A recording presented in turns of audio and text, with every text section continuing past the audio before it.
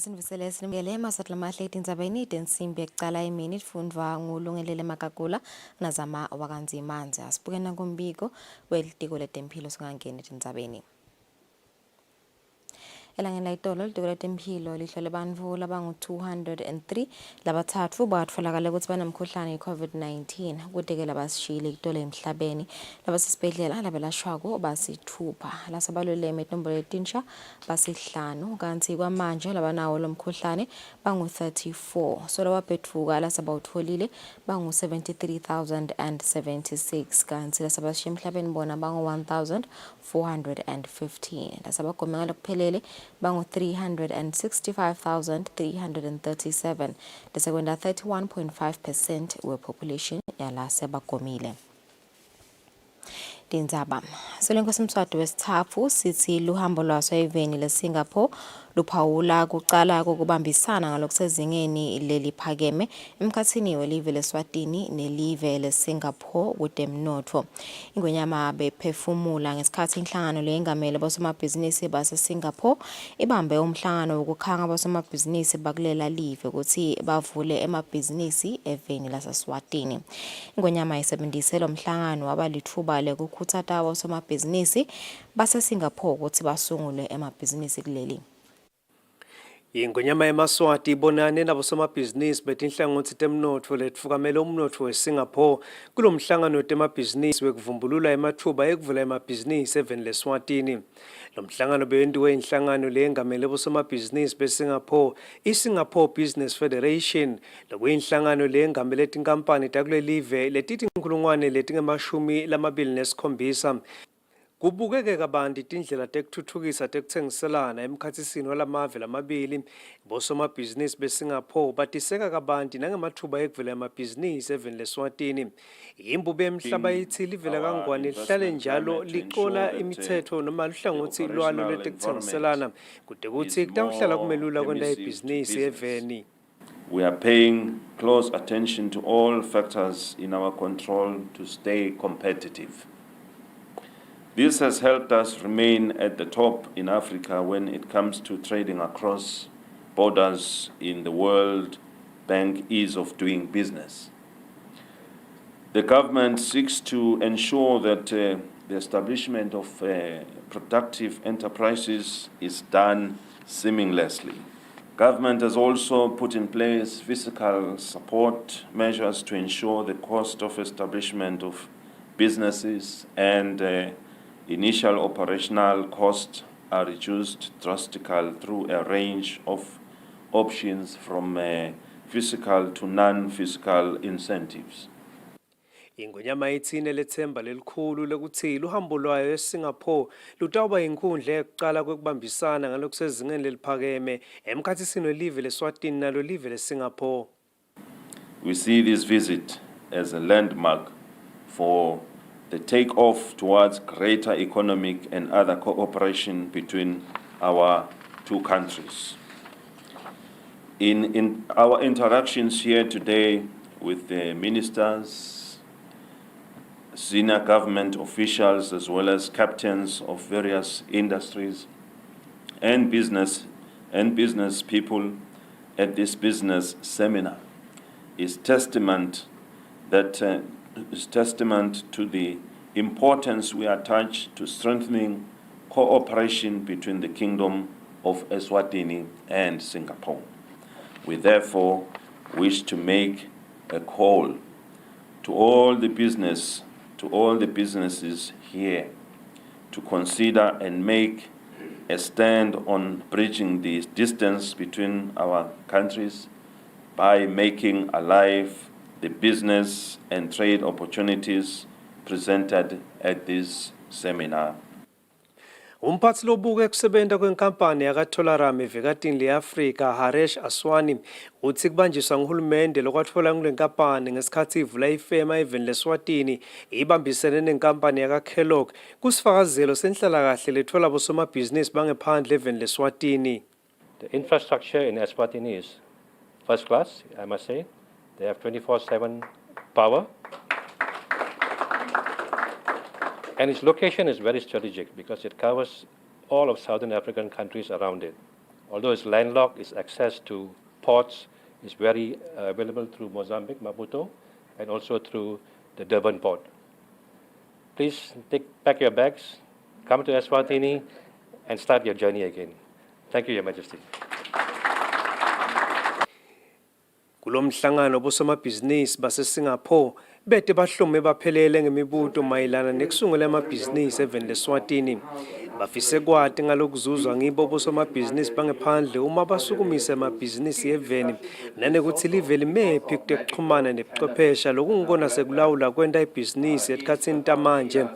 Labanye njalo bafise kwati ukuthi live limephi mayelana nekungena ehlangothini lokukhicita imikhicito ngemtfundi wetinkhukhu njengoba live leSwatini latiwa ngekuba nemtfundi wetinkhukhu losezingeni lelisetulu. Kwaba khona nalabo labafisa kwati kabanti ngelihlangothi lwetekuvakasha nelihlangothi lwetekulima nekuthi ngimaphi amakhono labangafike bawathole eveni leSwatini uma bangavula imisebenzi. Banikwe tholoqina ukuthi tekuxhumana eveni lisesigabeni lesiphakeme nekuthi isesephalamende indzaba yokusukumisa luhlangothi lwemikhicito leyentiwe ngemthundi wetinkhukhu kuze kuthi kutawuphakama umnotho. Bachazelwe kabanti-ke nanokuthi kunyenti labangakuzuza uma bavula amabhizinisi eveni leSwatini. Bachazelwa nangemakhono nebuciko lobutholakala esiveni seMaswati.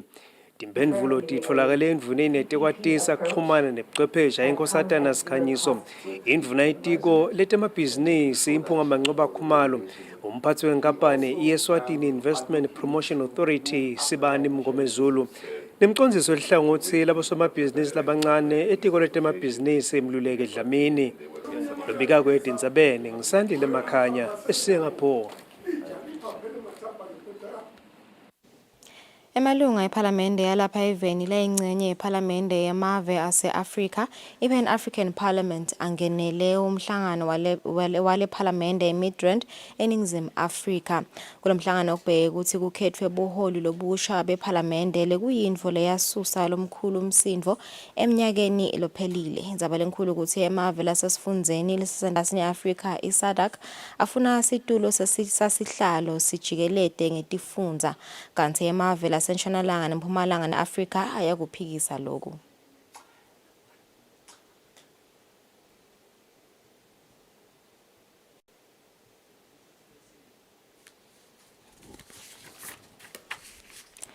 Umhlabeleli weluthumo waseveni leNingizimu Afrika Jabulani Makhubo lothume ngekuthi ngusijava ulapha eveni nalabanye labayingcenye yenkampani yakhe i-1020 Cartel utawufundzisa abahlabeleli balapha eSwatini ngekwenta ibhizinisi ngemculo.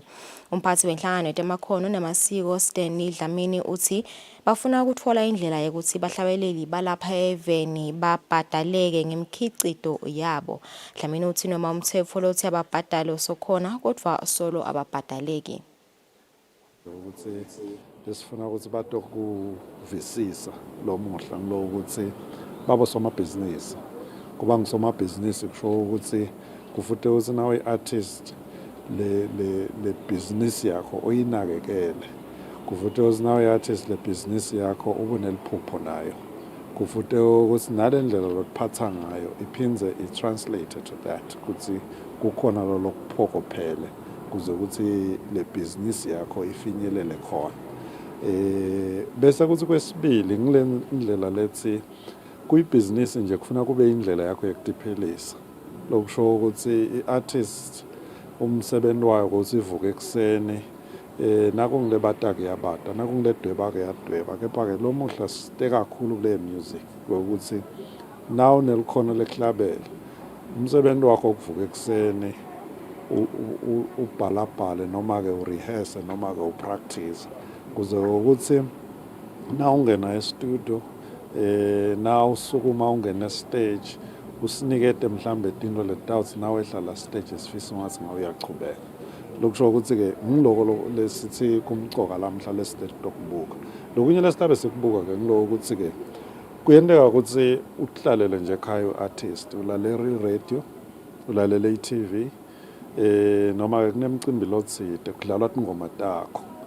Ngabe ubhadaleka kanjani ngoba noma ngabe kusebhaleni noma ngabe kusemshadweni noma ngabe kuse-restaurant noma ngabe kuse-supermarket nakudlalwa lo music lo mthetho uthi kufuteke lo muntu abhadaleke lolo kudlalwa le ngoma yakhe ladulu. Sithi-ke ngiletinye izinto lesibukako ebebesingayiteka ngesingisi besingathi ngema-royalties ukuthi ubese sowubhadale kanjani ke lo muntu loyo. Okusho ukuthi-ke siteka yona la ngekhathi nalokuthi-ke silive sinemithetho lesiwushayile nga-2018 sithi nje sibuka inhlalakahle yama-artists, sibuka ukuthi ama-artists atawubhadaleka kanjani. Kepha-ke kuze kube nyalo lama-artists sola kabhadaleke. Sithi-ke siyakubukisana naloko kokuthi phela ama-artists abosomabhizinisi futhi kangama-professionals. Ithi-ke le ndzaba ngabe yini labayentako kuze ukuthi bakhone lokubhadaleka ngoba uma ngabe uthengisa tinkukhu so tidilivile ubheke ukuthi ubhadaleke kufuna ukuthi lolo kubhadalako asho ukuthi lanza imali yakho emva kweliviki, lanza imali yakho emva kwenyanga. Ngalana ka-music khona-ke ngoba ukhona umthetho babhadaleka kanjani, babhadaleka nini.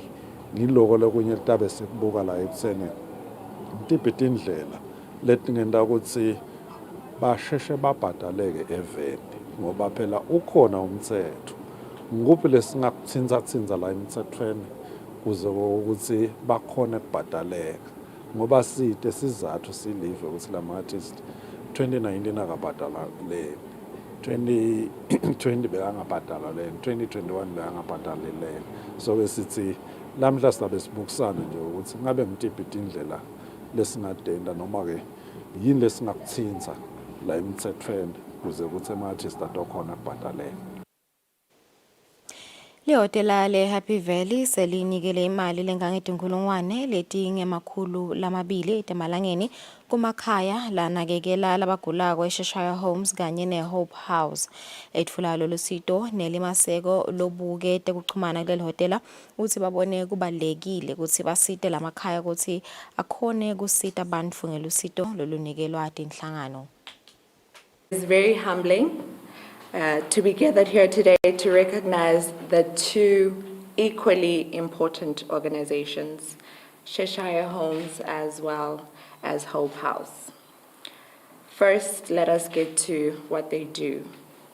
They are both palliative care organizations that provide a critical medical caregiving approach aimed at optimizing quality of life and mitigating suffering among people with very serious and complex illnesses. Ladies and gentlemen, we can all attest to that. I think at some point, one or two of us experienced COVID-19 in a very negative way, if I may say. I'll use that as an example because that is what we all observed. Personally, I lost a parent to COVID-19. So I'd just like for us to paint a picture of what these two organizations are always observing on a daily basis. You know, it is safe to say we hope that COVID-19 has passed with its atrocious experiences.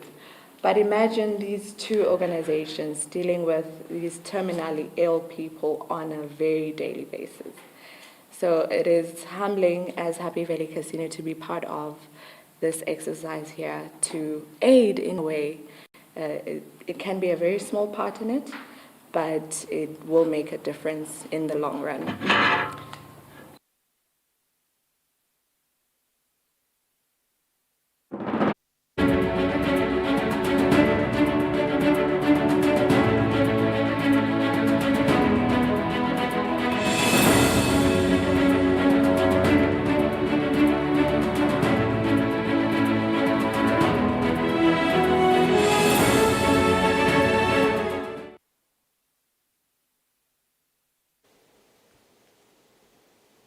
NATO.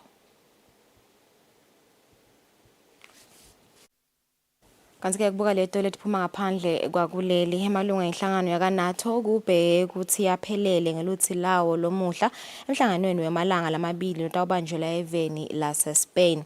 Ngekusho kwamabhalane walenhlangano baholi kubheke ukuthi badzingidze tindzaba letimatima baphindze baphume netincumo letitawuvikela onke emalunga alenhlangano.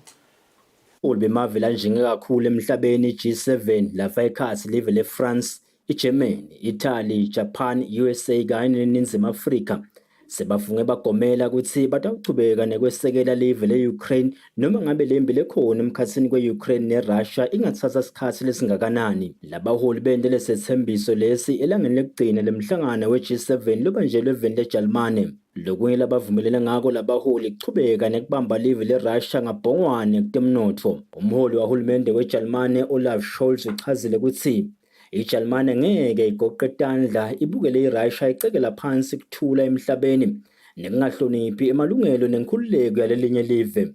We are discussing all the topics that are on the agenda, especially staying united in supporting the Ukraine against the Russian aggression.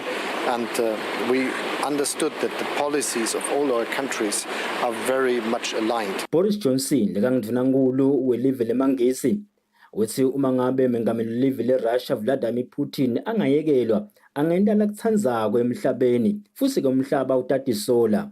Imagine if we allowed Putin to get away with the violent acquisition of huge chunks of another country, sovereign independent territory. The lessons for that would be absolutely chilling. Njengoba sewephetheleke lo mhlangano emabombo asabheke enhlokodolobha ilive leSpain iMadrid lekungilapho kutawubanja khona umhlangano waka NATO. Noko live leSouth Africa neJapan angeke abe ingcenye yalo mhlangano kulandzela ukuthi akasiwe emalunga eNATO. Umbiko uhlanganiswe nguLinkedIn Gule ethombe etfolakele kaFrance 24. Inhlangano ye-G7 lekumave ladla elizambane lampondo emhlabeni sekade bophelele ukuthi atawuchubeka nekuma nelive le-Ukraine kulempi lelibhekene nayo kanye nekuhlinya live le-Russia kutemnotfo. Lokho bavete nabephetha umhlangano wamalanga lamabili walenhlangano lobanjelwe eveni lase-German.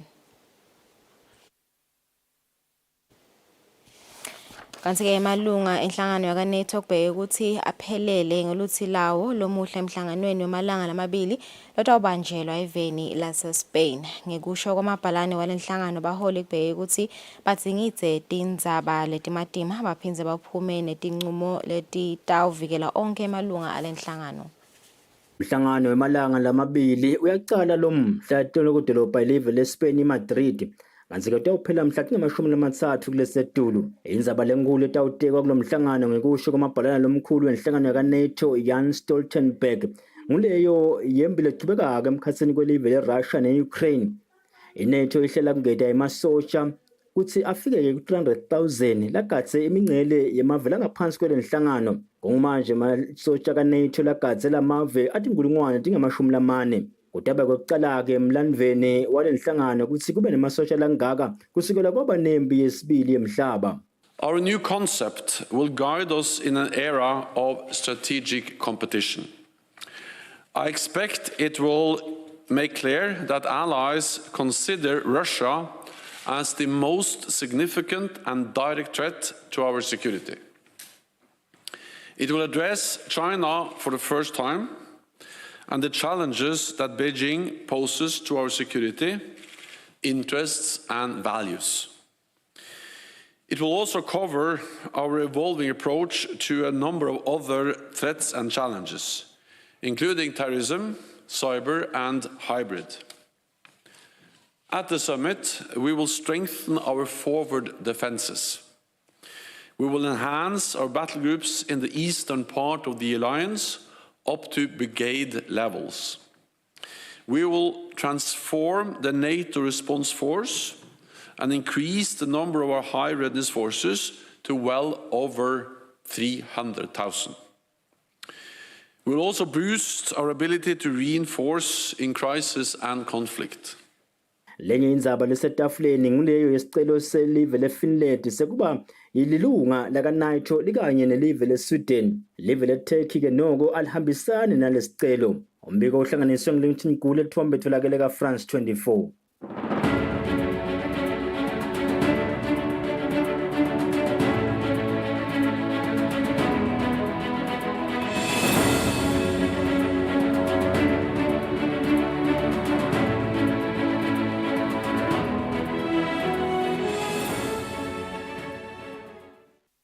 Kanti lesandza kusitfola kulo mhlangano engwenyama etside live leSingapore lingazuza lokukhulu ezimelwaneni sekuthengiselana kwemave ase-Afrika ngaphandle kwetincabekelwano uma bosomabhizinisi bale live bangasungulwa emabhizinisi eveni leSwatini. Silo siphinze sakhuthata emave langephansi kwenhlangano yaka-Commonwealth kuthi aphakamise lizinga lekuthengiselana odvwana. We acknowledge the developments towards the implementation of the African Continental Free Trade Area to boost the intra-Africa trade, which is currently at 18% as compared to other regions in Europe and Asia. The AFCFTA, with a combined population of 1.2 billion people and a combined GDP of 2.2 trillion, is huge market, and Eswatini can be used by Singapore companies as a launch pad to the wider African continental market.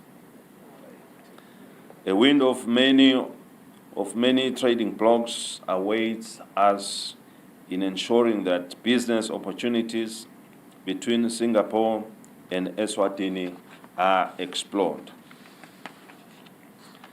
In other developments, as the family of the Commonwealth of Nations, we need to increase intra-trade amongst ourselves. This has been highlighted during the Commonwealth Heads of State and Government meeting in Rwanda. Member states were encouraged to share experiences, skills, and expertise so that we can realize meaningful growth. Inhlangano lebuke tindzaba tekwakha emavotsa lacotfwa kuleli ikwakha indvodza seyithumise abantu besilisa kuleli labangenele tinhlelo tayo letatiwa ngababe locotfo kanye nelisango letemphilo lelibuke kufundzisa abobabe ngekukhulisa abantfwana nangekutivikela eligciwaneni le-HIV. Lokho kuvetwe ngulobuke tekuchumana kakwakha indvodza Sakhile Shabangu. Kulandzela kutsi inyanga yenhlaba inyanga yekukhutsata abantu besilisa etindzabeni tetemphilo. Inhlangano ikwakha indvodza yakhe tigungu netinhlelo lapho khona ifundzise bobabe nemajaha ngetindlela tekutinakekela kutemphilo. Lobukete kuchumana kakwakha indvodza Sakhile Shabangu utsi lizinga lebantfu besilisa labatibulalako i-suicide landzile lapha eveni. Shabangu utsi lomunye wemigomo yaletinhlelo kukhutsata bobabe kutsi bafune lusito uma bangekho kahle emoyeni, pheceleti health and help seeking behavior. Sihlalisana khona nabobabe sicocisana ngetindzaba tekukhulisa umntfwana ngoba phela bantfwana bangumlibalo yembili kunenzima lemcoka kakhulu ledlalwa bobabe. Siseveni lapho khona kwanyalo kukhulunywa ukuthi tindzaba tabo suicide letulu kakhulu bobabe lesilahlekelwa ngibo kuletindzaba leto. So kulelihlelo besicocisana nabobabe ukuthi babe asekhona ekhaya ngiphi indzima langayidlala ekukhuliseni bantfwana nekukuthi naye abe nebudlelwane lobungibo phindze futhi lobucukethe impilo kanye futhi knowledge kakhulu kusakhuliswa abantwana ekhaya. Nalokunye ke lesibese sikhulumisana nabo kuletindzaba leti tindzaba teku supporta yena phela matana waye babe noma bhuti noma lijaha asetekhulele sibuke nokuthi ngabe yena ngambambisa kuphi umfana sengatalwa sikhulumisana netindzaba tekuthi babe ngiphi indzima langayidlala umfana asakhule ekhaya kumfundzisa kuwasha titsha kumfundzisa tindzaba letinjeyana asakhula ekhaya. Sambile ke phindza futhi sangena nasemimangweni sikucocisana nabobabe lesikubita ukuthi lisango letemphilo lapho khona sikhulumisana netindzaba tabo HIV kwatize ukuthi live la kangwane selifikile phela ku milestone ukuthi sireach 95.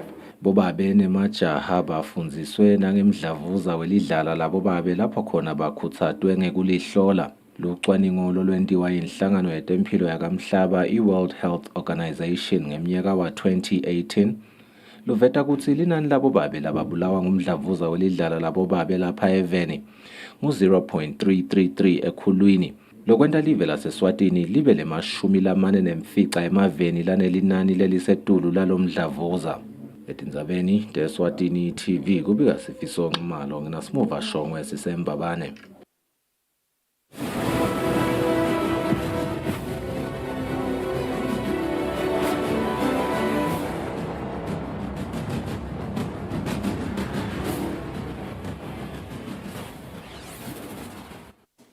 Kwezemidlalo, balandzeli bebhola labahlukahlukene bathi akuchubeke kulandzelwe umtsetfo lobuke kudlalisa imidlalo ye-M10 Premier League kutsi emacembu lamane lekadliwe inkemba achubeke ahlele esigabeni saka National First Division bese kunyuka lamanye lachamuka khona ka National First Division. Labalandzeli bathe kungaba kabi kutsi umtsetfo ungaguculwa sekuphele isizini kanti nayicala bekwadiwa kutsi kutawehla emacembu lamane. Kusalungiselelwa isizini lensha yeminyaka 2022-2023 solokhu sengacaci-ke kahle kuthi amacembu ladliwe inkemba ataba mangakhi.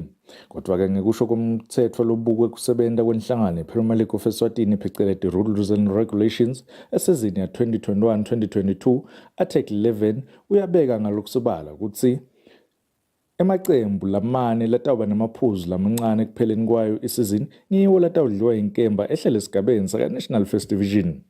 Balandzeli bemidlalo webhola lesikhulumisene nabo bathi akube njalo kulandzela umthetho. Mina ngathi abalandela umthetho ngoba vele umthetho umile nje kutawusita ngani ukuthi kwehle thunyalo phinde nase next season phinde sibe sibile emthethweni unless bahamenda ke lo mthetho, but as it stand now asilandzela umthetho kwehle emateam oyi4. Mina ngisakulandzela nje umthetho nangabe umthetho ovuma ukuthi akwehle 4 vele 4 akehle nangabe uvuma ukuthi kwehle 2 akehle kulandzela lokho kuze batohlonipheka labantu labala committeeni ngaleso sikhathi la dliwe inkemba vele akehle la dliwe inkemba ukhushule ke la khushulwako la vele lafanele akhushule Angikuba kwami kunye ukuthi akuqhubeke nje kwehle lo 4 emathini kwenyuke lo 4 emathini ngala sizini ungakusolo kwenda kushintsha ngicabanga ukuthi kahle kanjalo sekuthi yabona iligi yalakangwane ke bina 4 wema-round bude lenye tournament lekhona ngihlakangwane sikudlalwe le league kuphela nyana asati kulolo kutakwendeka ngetinto letikhona like la event yabona hayi ngafuna kwehle 4 vele kwehle 4 mathi Ngokunyala inhlangano ye-Premier League of Eswatini yawuthola umbiko lochamuka indlungulo yebhola ukuthi akulandzele lo mthetho lotawubona kudliwa inkemba emacembu lamane. Football Association isibhalele iyasitshela ukuthi kwanyalo sitawulandzela imithetho nemigomo lebesidlala ngayo. Uma iPremier League inembono lefise kufaka ingawufaka ku Ordinary General Assembly yaka Football Association. Yasichazela ukuthi Ordinary General Assembly yethu itawuba mhla ka 21 August. Emhlanganweni lomkhulu wayo inhlangano engamele idlala somdlalo webhola lapha eVeni ngenyanga yengci kulomnyaka lositulo ngilapho khona latawuphuma sinyathelo lesitawuveta ukuthi amacembu ladliwa inkemba mangakhi nakuthi amacembu latabadlala khona esigabeni saka Premier League atabe mangakhi. Lobikela umsakazo eSwatini TV temidlalo ngilinda Dlamini kanzombiko uhlanzo ngiFabrice Msonera embabani. Ngaleto temidlalo satephetha Tindzaba futhi namhla emini ledlandzelako tengensimbi yesikhombisa nisale kahle.